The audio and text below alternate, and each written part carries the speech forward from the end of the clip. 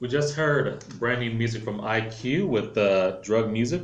We also heard the latest from Mr. Will with Let It Ride and music from Indigo Jones with Get It Together. This is the Urban Suite KMOD Mod Snap Radio D Major. Cheryl Meadow with you. And as promised for our open mic session this evening, it is Indigo Jones and Corey Mack. Gentlemen, how are you doing tonight? Yo, what's good, man? What's up, D Major? How you doing, man? Doing pretty good. Cannot complain. Welcome. Glad to have you guys in. I have to thank Cheryl for letting me know about what you guys are doing. Thank you, Cheryl. You're welcome. Yeah, Cheryl set everything up. I've been following everything that y'all been doing for years now, so this was definitely something dope. Looking forward to it and excited to get this guy right here, Indigo Jones, some shine, man. Let's do it. Yeah, Yes, indeed. So, native of San Antonio? Yes. Yeah, Yep. Yeah, born and raised in San Antonio. Born and raised in San Antonio. Went to school up at Texas State, but then I moved back, and now I'm here to stay. Oh man. Yeah. Okay, what side of town? I know everyone asks, what side of town is San Antonio? Stone Oak area. Stone Oak? Yeah, Stone Okay. Oak area. Very cool. Can you hear us in the mic? There you go. A little bit. Yeah? I got a little bit of buzz going on. Yeah, I got a little bit of buzz going on. They're off. No worries. Same here, man. Corey Mack. There we go. Native to San Antonio from the northwest side. Grew up like Ingram Park Mall area, Holmes area. So, but yeah, same thing. San Antonio native. Oh, man. What sparked your interest in music to begin with? I mean, how did this love for musical pros and everything begin? Was it when you were like yay tall to the stable? Well, I'd say around age 13, I was introduced to 90s rap by my uncle, and he got the core guys, and he was like, "Here you go, listen to these guys." That was Biggie, Nas, Tupac, Eminem, you name it. Yeah. And I always was very appreciative of hip hop because of how expressive it was. Mm-hmm. And but to be a rapper back then, you kind of had to have a certain type of content to make it as a rapper. So being a hip hop artist never really entered my mind until about high school, I'd say. I'm like 15, 16 in high school, and freestyling has become very popular. And so out of my group of friends, my friend Matt was the first person to kind of test the waters with that and dip the toe in. And so we'd be hanging out at his house, and he would literally just be freestyling for our entertainment. And I always thought that was so cool how he could just improvisingly portray and convey a concept or an idea, just on the spot like that. I thought that was the coolest thing.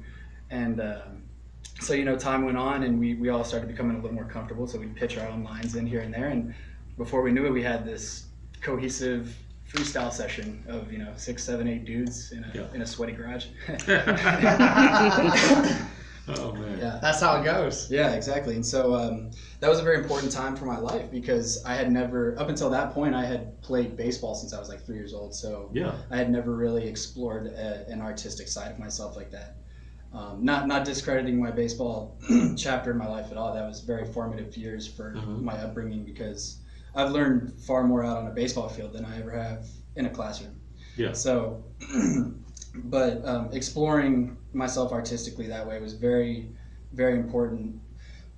Excuse me. And at the same time, me and my friends all started smoking weed at that time. Yeah. So weed has always, urged me to creatively become explorative with myself. Mm-hmm. And so I took, freestyling at that time, and I was like, why don't I just take this cool instrumental that we've got and start writing lyrics to it? And so, we'd smoke at lunch, and I'd come back and, be high as a kite in class and be writing some lyrics. Shout out to Miss Jones, by the way, if you ever listen to this. You are the real MVP for not stopping me. Miss Jones, what's good? Yeah. Just never stopping me from doing my work and allowing me to write in class.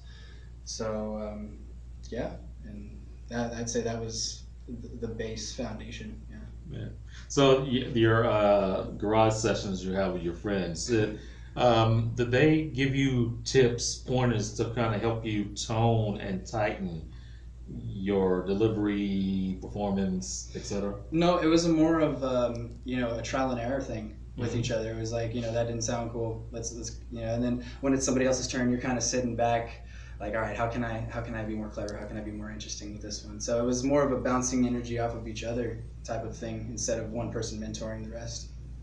Well, everyone had a contributing to each other's improvement in that. Yeah, so I guess in a sense everyone was mentoring each other. It's kind of like that competitive aspect of it, trying to outdo each other. Exactly. I feel like it's always like those groups too that always breeds like the one or two like superstars because they had to go through those trial and tribulations of the group, you know what I mean? And so, man, that actually makes sense of why you kind of Exactly. rose up as like the forefront. Right. And at that time, Mac Miller had just come out with Kids. Word. And so I had gone from this mindset of like, you have to rap about this certain content to seeing this kid rap about Kool-Aid and frozen pizza. And I'm over here like, I can relate to that, I can relate to Kool-Aid and frozen pizza. So it's kind of like, I can actually probably make this into a career. Yeah. So that's what I love to do. And I've always known from a young age that I was attuned naturally to music. I just never knew how I was going to tie it into my lifestyle. Right. So. Okay, cool. Well, we are going to continue the conversation in just a bit, but we are going to get into another one of your tracks, if that's okay. Yeah. That is absolutely okay. Melrose. Yeah. What went into the recording and production of this track? 2 life experiences, a very nice beat, and a ton of scribbling out lines and starting over. Yep. It seems to be everybody's favorite, and it's a nice little catchy tune. But that was that song was the most real life song that I had written. The rest of them were just little bits and pieces from my past and stuff like that. But Melrose was pretty authentic. And the beat grabs you. That's what I like about it. Yeah. The beat grabs you. Awesome. That's a big deal. Yeah. All right. Well, let's go ahead and get into it, ladies and gentlemen. Music from Indigo Jones. This is Melrose. Do not go anywhere. This is Darren Sweet, KMOD, Mod Snap Radio. Yeah. Yeah, that was dope, man. Yeah, I like this song. There we go. Oh, that was the. Yeah, this one seems to be a fan favorite.